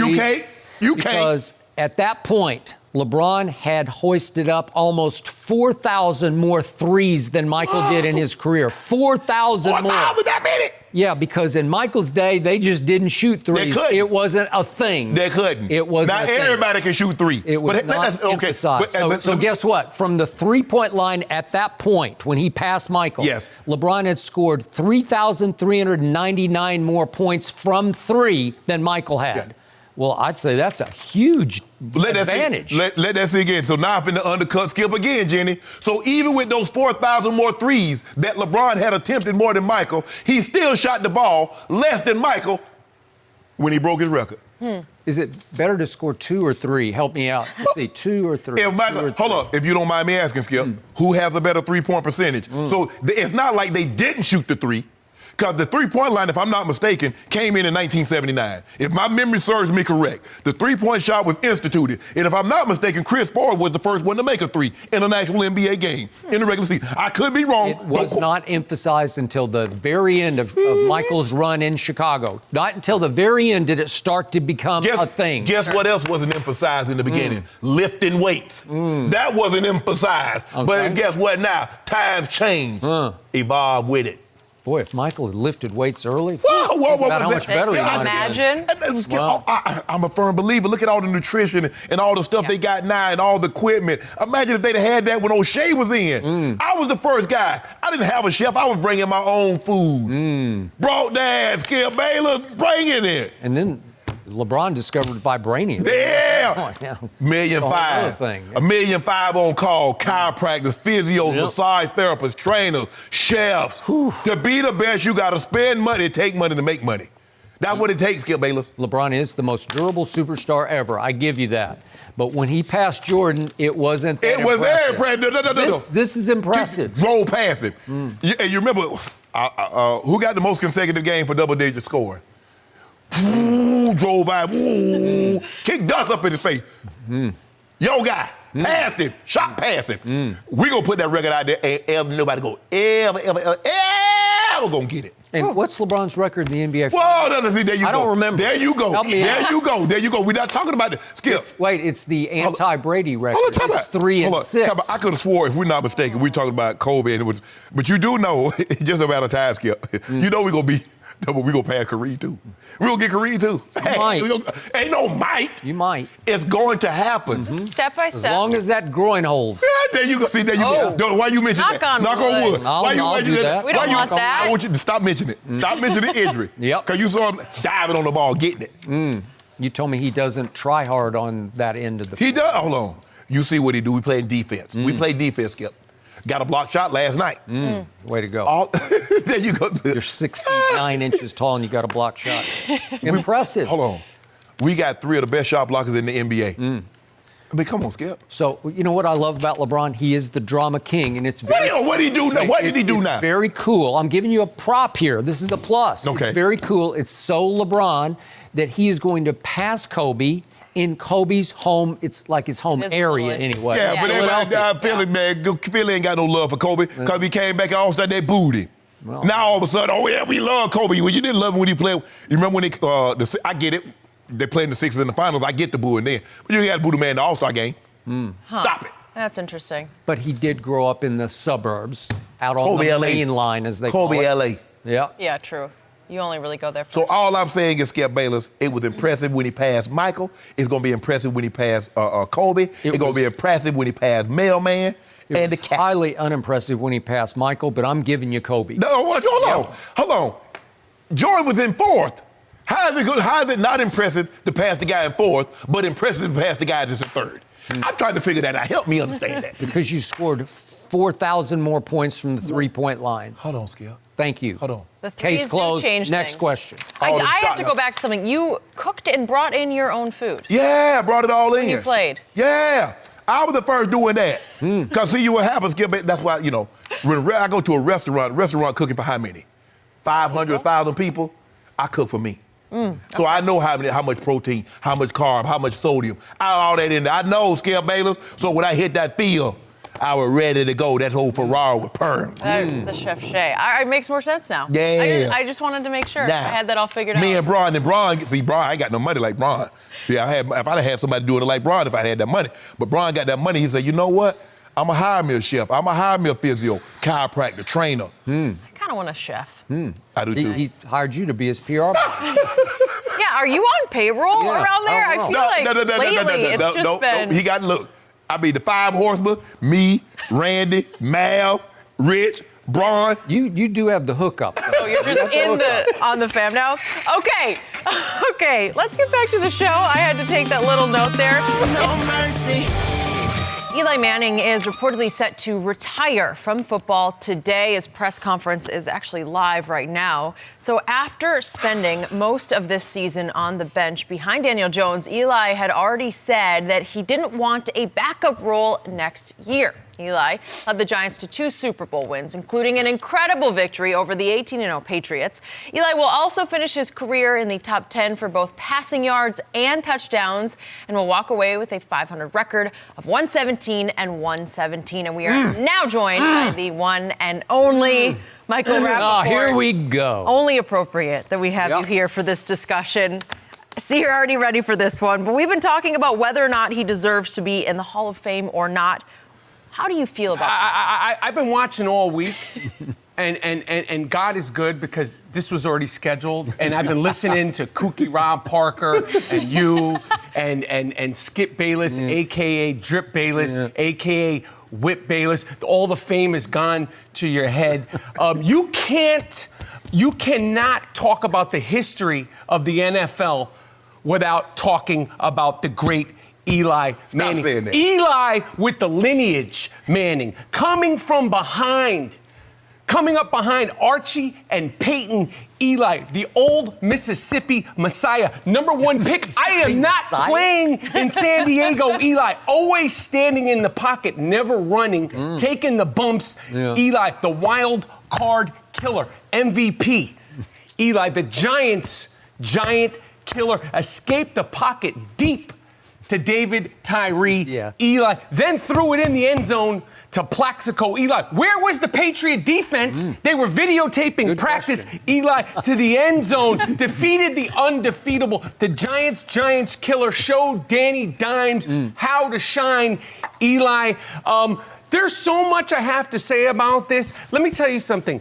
You, every single NFL fan out there should be thanking and kissing the ground that Eli walks on, because if it wasn't for Eli Manning, the Patriots would have 8 rings right now. Skip, think about that. He took 2, not 1, 2 rings away from the GOAT. He beat A-Rod, and he beat Tom Brady, not once, not twice. Eli Manning and Michael Strahan, okay, the great Michael Strahan, he should be doing the fitting of the jacket for Eli Manning. Victor Cruz, he'll say, oh yeah, Eli Manning is a GOAT, is a Hall of Famer. So that's your question, just one question. Would you think less of Tom Brady if he had 6 rings instead of 8? I don't think you do. He's still holding in a Shannon, I listen to Rob Parker, and I'm not going to come on, and I know what you guys want to do. You want me to disparage the great Broadway Joe Namath. I'm not going to sit here, because that's what people say. Well, if this guy got in, I'm not comparing him to anybody. He did. How many rings you got? 3. Okay. How many rings does Aaron Rodgers have? 1. How many rings does his brother, the great Peyton? 2. Okay. And how many rings does his father have? None. Okay. The man has 2 rings. The man's a Hall of Famer. I dealt with all the interceptions. I dealt with the face that didn't change. I saw it all. And you know what this really has to do with? What? Tony Romo. That's what this has to do with, Skip. All the disrespect. Oh, Tony Romo's a Hall of Famer? No, exactly. He's not a Hall of Famer. And how many rings does Tony Romo have? I would just take out How many rings does Tony Romo have? He's got 0. That's the hate. You should be thanking Eli Manning, because Tom Brady would have. He took it away from twice. Randy, what Hall of Famers did he have on the offensive side of it? The people he had: Ahmad Bradshaw, Brandon Jacobs, Akeem Nicks, Mario Manningham. Tom Brady had Randy Moss, Gronkowski, good players. You wouldn't know who these guys were if they didn't win a Super Bowl. Who led them to a Super Bowl? Eli Manning. I don't want to walk off the show, but I'm tempted to walk off the show. And I got to tell you something, Skip. The chains, the whips, the jewelry, it's gone to your head. I don't know where the whips came from. No, Whip Bayless. Okay. Where you broke the internet the other night. I mean, did you ever think that in your wildest dreams that he'd be the cool guy on the show? He's out-cooling you right now. Lambo Larry? That's what he talking about. Oh, he driving a Lambo in Miami. Iron Man Eli. Iron Man Eli. He did it all with class, and he did it in the biggest market, never wavered, never danced, never brought any attention to himself. Okay? Tony Romo. That's what this is about, Skip. Go ahead, Skip. Go ahead, let you have it. Go ahead. Speaking strictly as a Cowboy fan, and by the way, you are a born, dyed-in-the-wool Blue Giants fan, correct? Yes, sir. So you have zero objectivity. Now I'm going to come with some objectivity. Speaking for Cowboy Nation, we will miss Eli Manning because for the last, 8 years, we owned Eli Manning. We couldn't wait to play Eli Manning because over the last 8 years that he was your starting quarterback, you made the playoffs once. And you're trying to put that guy in the Hall of Fame with a 117 and 117 500 career record? A guy who made only 4 Pro Bowls in 16 years as a starter? Are you kidding me? Who led the league in interceptions 3 times? How can you? He's disqualified from any Hall of Fame talk, please, because he actually made only 1 great throw in his whole career, and it was to Mario Manningham. But it would have been canceled. My God. It would have been rendered irrelevant Wow. if Tom Brady hadn't been slightly high and outside, but the Hall of Famer Shannon Sharpe says he really had to throw the ball up the seam to Wes Welker on his outside shoulder, or the safety was about to obliterate little Wes Welker. Yeah. And it wasn't a terrible throw. Wes got his hands on both 2 hands on the football. If he catches it, Eli only has 1 ring. And if Eli Manning had not pulled off the luckiest play in Super Bowl history, according to Eli Manning, then we would have no rings for Eli Manning, and Tom Brady would have 8 rings because it's 3rd and 5 at the Giants' 44. And they're hitting him, pulling him, scratching at him.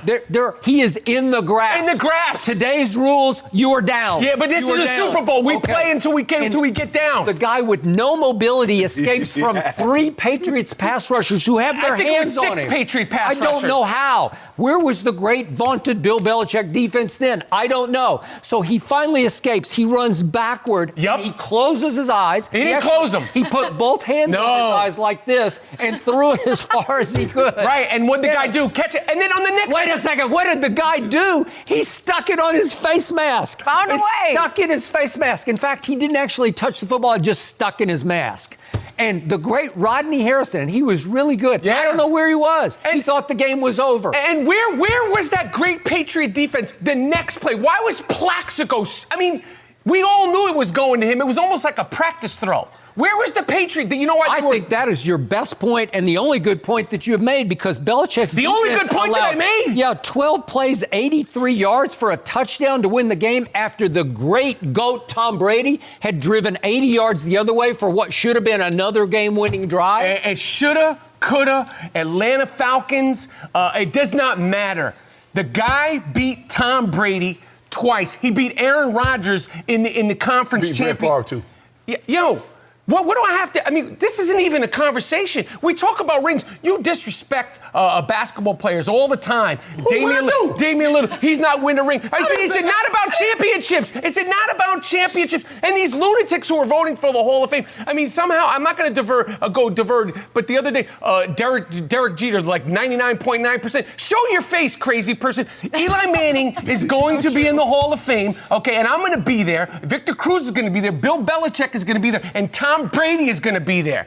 And they're going to be going, what, Shannon? What, Shay? What do you have to say for yourself? Look, this is, you put me in an uncomfortable spot because I'm a member. And anytime I say someone should or shouldn't, it's almost, they don't say Shannon Sharpe said, they say Pro Football Hall of Famer says he shouldn't. You deserve that. So I try to stay out of the fray. But when I signed up to do this sit across from Skip Bayless, I said I'm not backing away from anything. He's going to get in. That's right. But his body of work, was he a transcendent player? Was he a historically great player in his era? I thought that was what the standard that they used. That's what they told me when I came out. I guess not. Now, but here's why he's going to get in. He's one of 5 players to win 2 Super Bowl MVPs. Bart Starr, Brady, Montana, and Terry Bradshaw. Boom. He was the face of a marquee franchise for 16 years. With class. Skip, he showed, now look, He showed up to work every single day to 210 straight starts. Now, he didn't always get the work done, but he did show up. But let's be real. 117 and 117. I don't care about it. I know what it is. Does it bug you? It bugged me. It drove me crazy. Okay. It drove me crazy. I'm not going to sit here and I'm not going to compare to other players. There's tight ends that have made. I'm compared to his era. So at what point with Brady, Brady, Manning, Breeze, Roethlisberger, did you ever say Eli's better than those guys? When the chips, when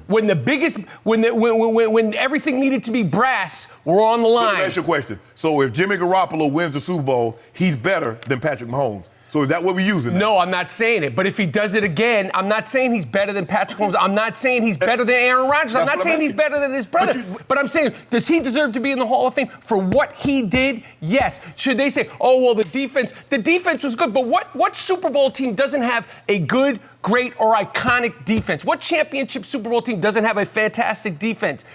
He deserves to be in there. I was there with all the turnovers. I was there with all of it. I watched it all. But at the end of the day, not once, twice. And and again, I'm going to just say the two words. Tony Romo. That's where this hate is coming from. Would you rather this guy? Yes. I love to play Eli. Yeah. No, we couldn't get enough of him. Yeah. Seriously. He was a 500 quarterback, and he's going in the Hall of Fame.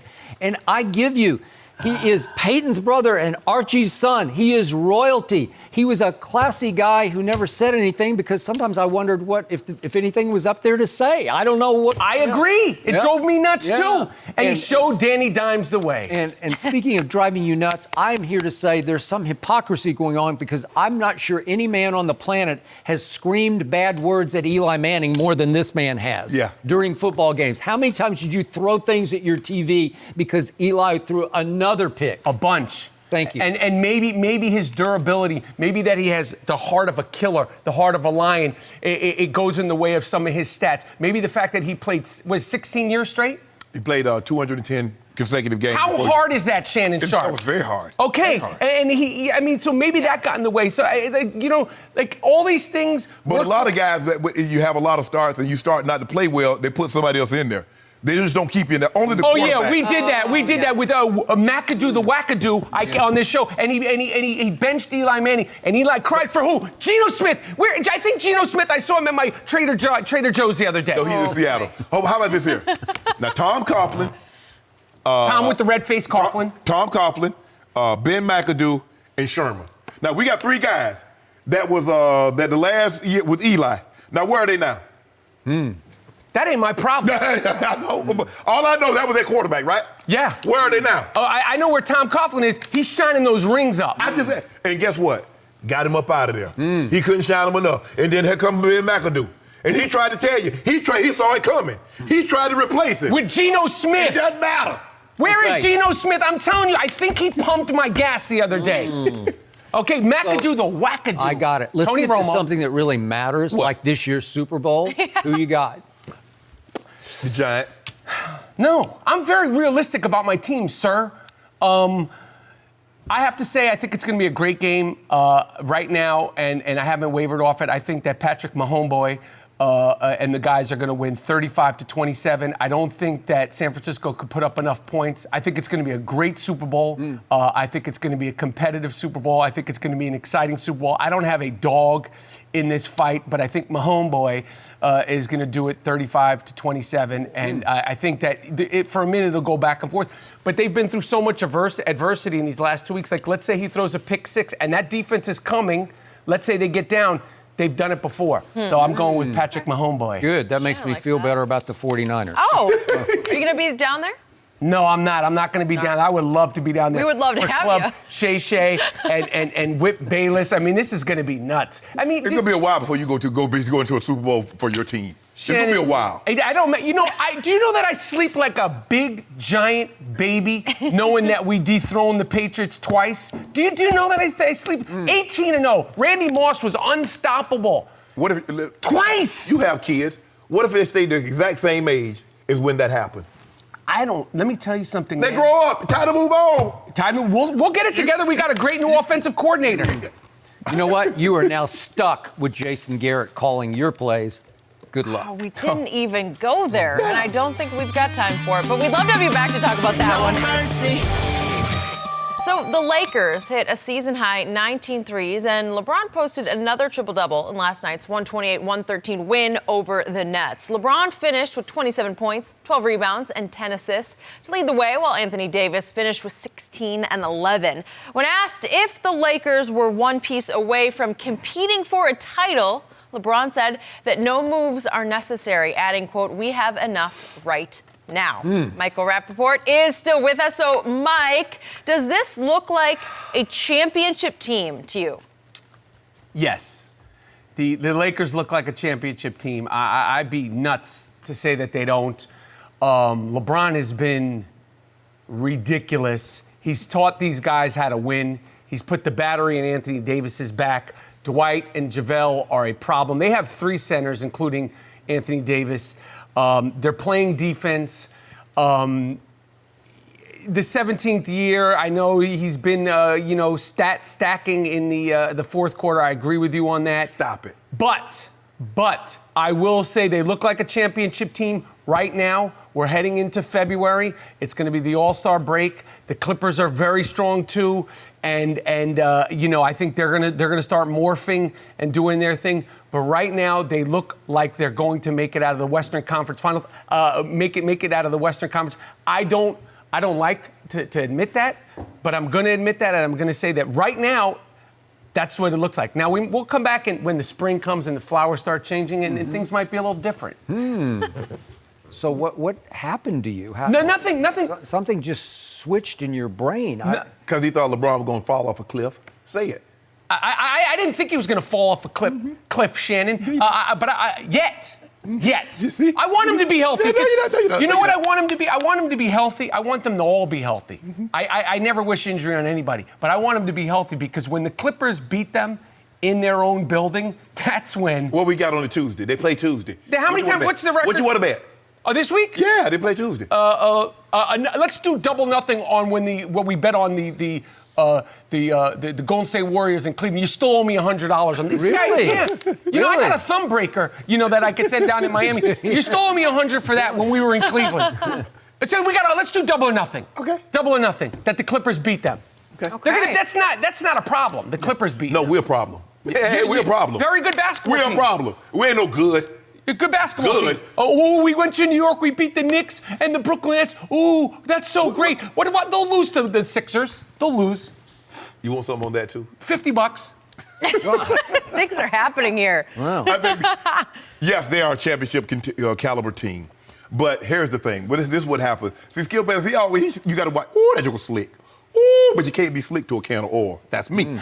Skip Bayless now. See, last time LeBron James said they needed additional pieces. Yes. Guys like Skip Bayless and Charles Barkley, they beat him down. Damn, LeBron, you want all the good players. You want this one, you want that one.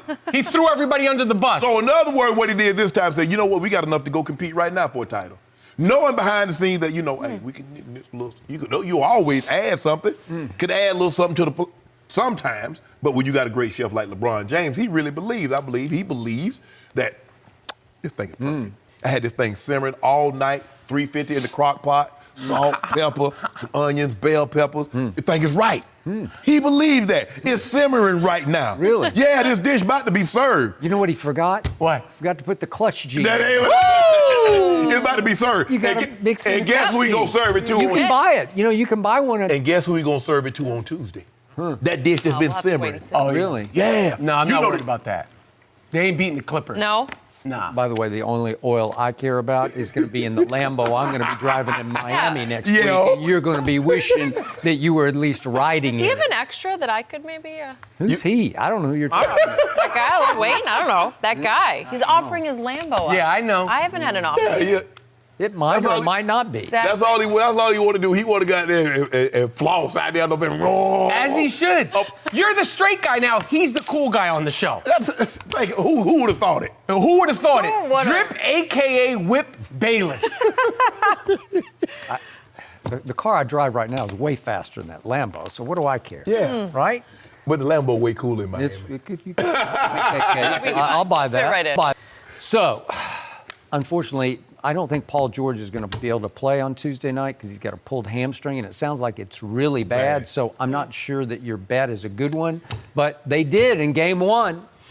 what happened? There was no Paul George, and the Clippers just took it right to them because neither LeBron nor Anthony Davis could close in the fourth quarter because AD went zonk. He went big zero goose egg in the fourth quarter, and LeBron went, was it? I think he had like 2 points or 4 points. Oh, yeah, that's really good. Okay, that was really good.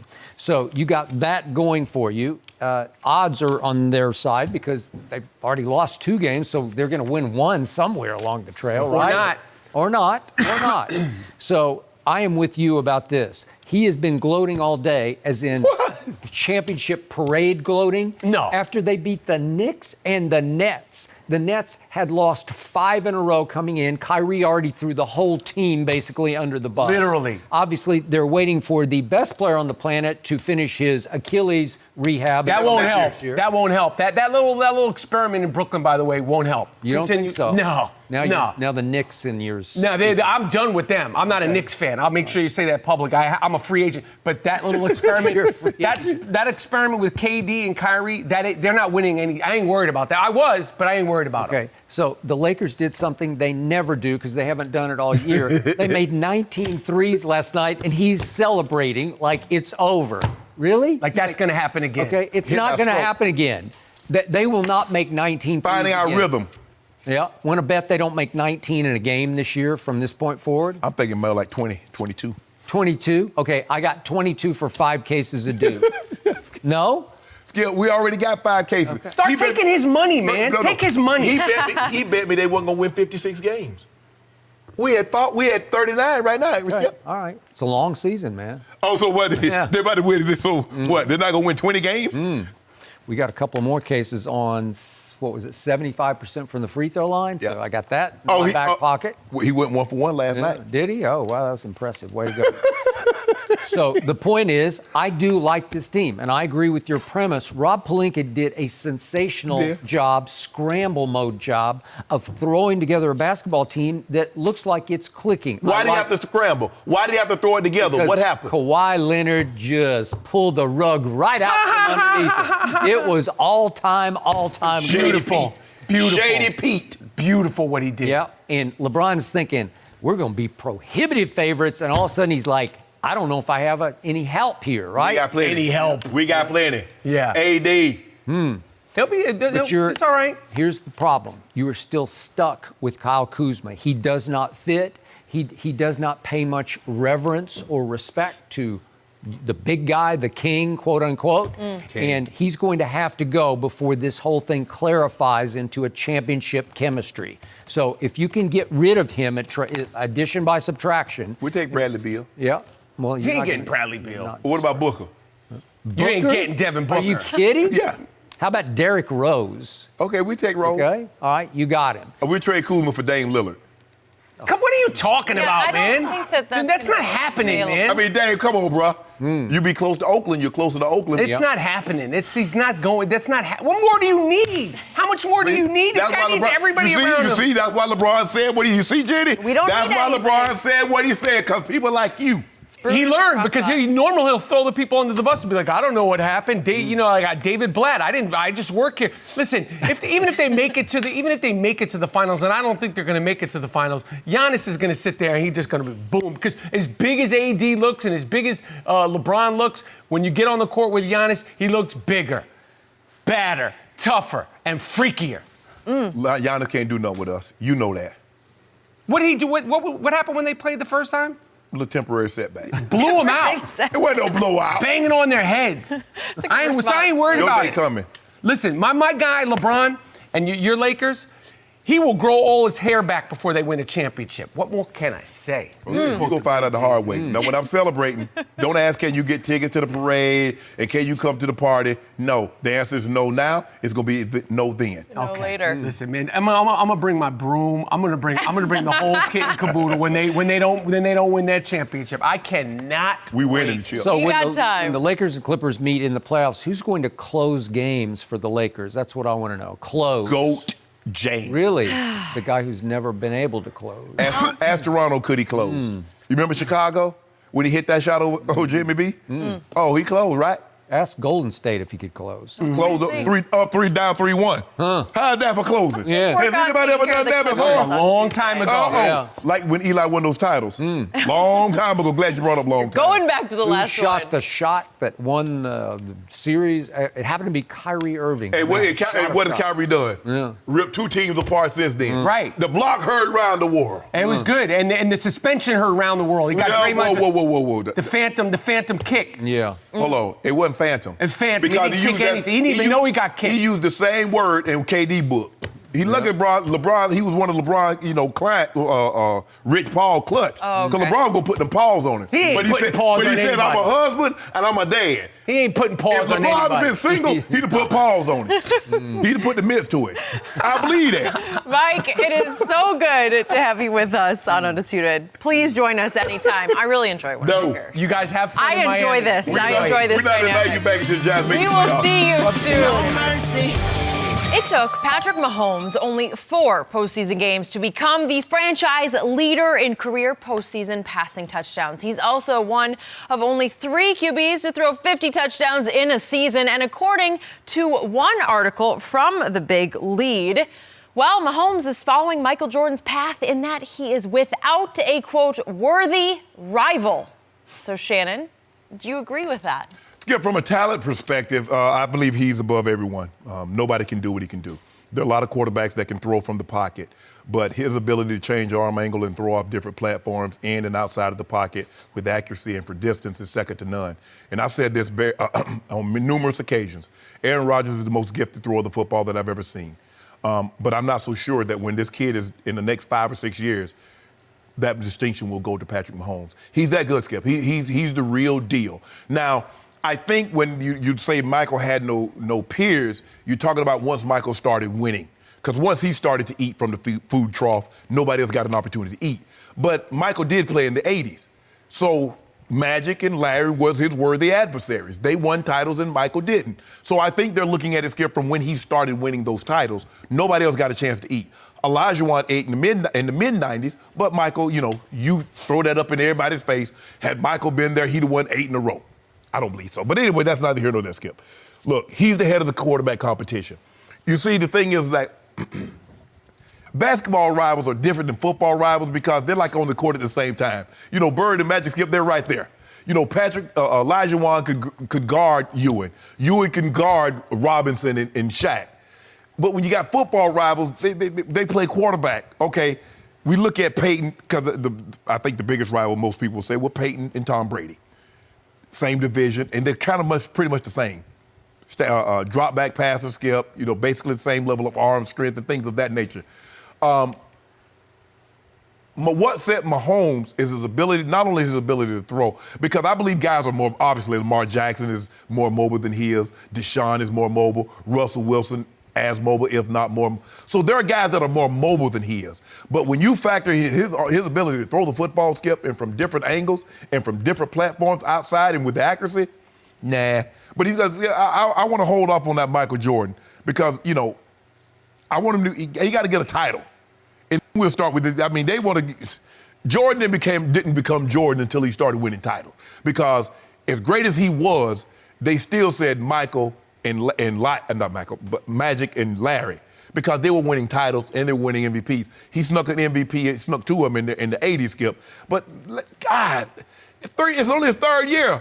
Michael wasn't Michael by his 3rd year. Yeah, that's a good point. But he's still my homeboy. He's the best in the business. I think we could, but I don't want you to say it. Because, see, me saying it, everybody's about you being home. I just want you to say it with me, Skip. He's the best in the business. My homeboy is the cream of the crop. The creme de la creme. I thought we agreed all year Lamar Jackson was the best. No. There's a difference. You can have the best season and not be the best player. They're 2 different things. 2 things can be true, Jeannie. Oh, yeah. Yeah. Well, who's going to be the runaway MVP? Lamar Jackson. So who did you have as MVP for 2/3 of the season? Russell Wilson. Right. Rival? I don't know. So I just want to make sure. I'm hearing you correctly. So the years that Karl Malone won the MVP, he was better than Michael Jordan. Is that what you're telling me? No, but what's that have to do with this? Because you're saying if you win the MVP, that means you're the best player. Because you're saying Lamar Jackson's going to win the MVP, therefore he has to be the best quarterback. And I'm just trying to... You finally got to the point right at the end of your opening soliloquy, which is, when did Patrick Mahomes become Michael Jordan? I missed because it. I don't know when it happened. He's doing things we ain't never seen before. Really? We see those no-look and the head fake that go 27. What quarterback can do that?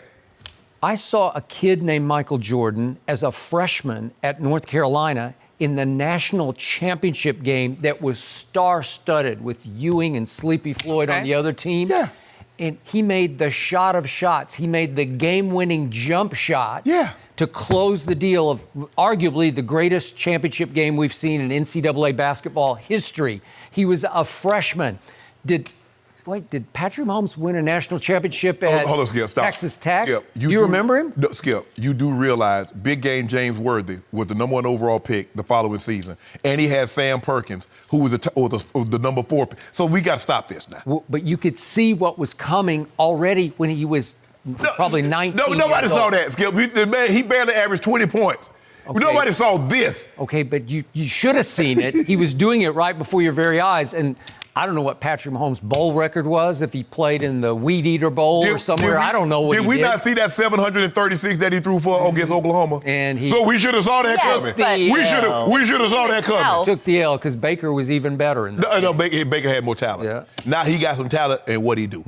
Remember, he wiped the floor with Baker. Okay, so I'm looking down the list, and Deshaun Watson is really good. Is he not a rival? Like you said, he's more mobile, and you want to talk about clutch? If he had the track team of receivers that Mahomes has, we'd be having a different conversation. You're saying he doesn't have any rival? What are you talking about? Skip, you make it seem like D-Hop and Fuller and Steele are trash.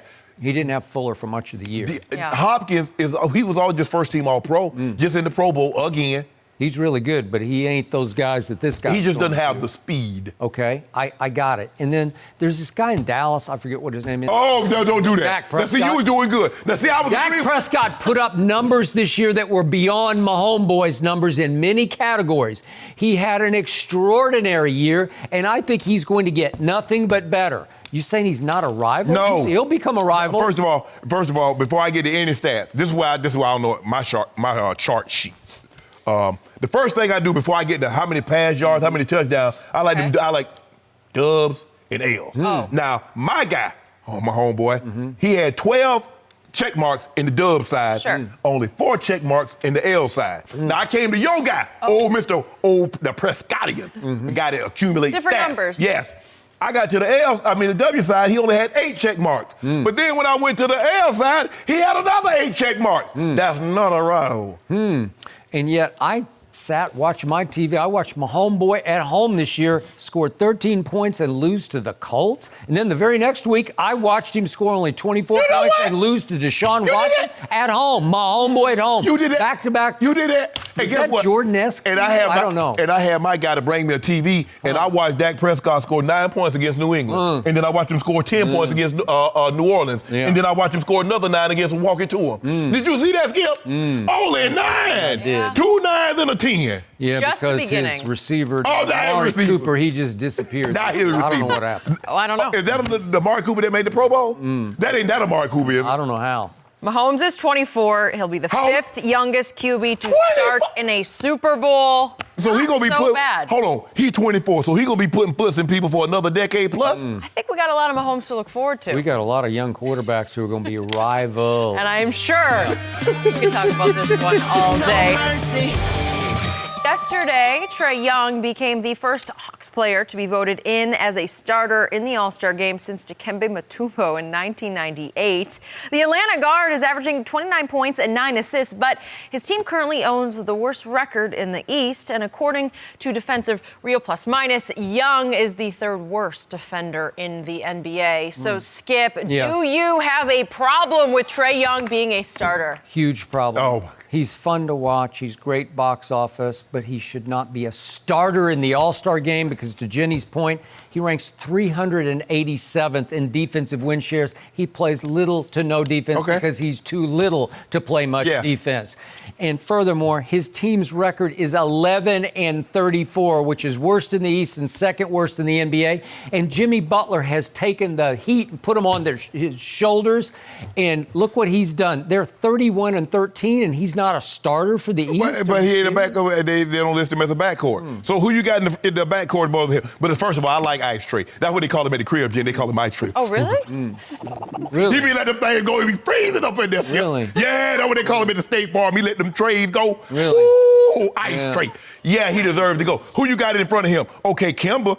I mean, the player said he was third. The media said second. The fans said one. Who you want to put in there? Who you going to put in there over here? Jimmy Butler's a two-guard to me. I'm sorry, he just is. Well, you should have told the Heat to list him as a two-guard because they list him at the front court, and he ain't going unless the coaches select him. But we know who going. So you like a starter on a awful basketball team? Boy, he's changed life, hasn't he? Looks like you're really They look like they're frozen. That is it for us. We'll be back Monday morning at 9:30 Eastern from Miami. No mercy. Thank you for listening to the Undisputed Podcast. I'm Jenny Taft. Keep an eye out for the weekend edition of the podcast tomorrow morning, featuring this week's best segments. Have a great weekend, everyone. Fox Sports. One of one.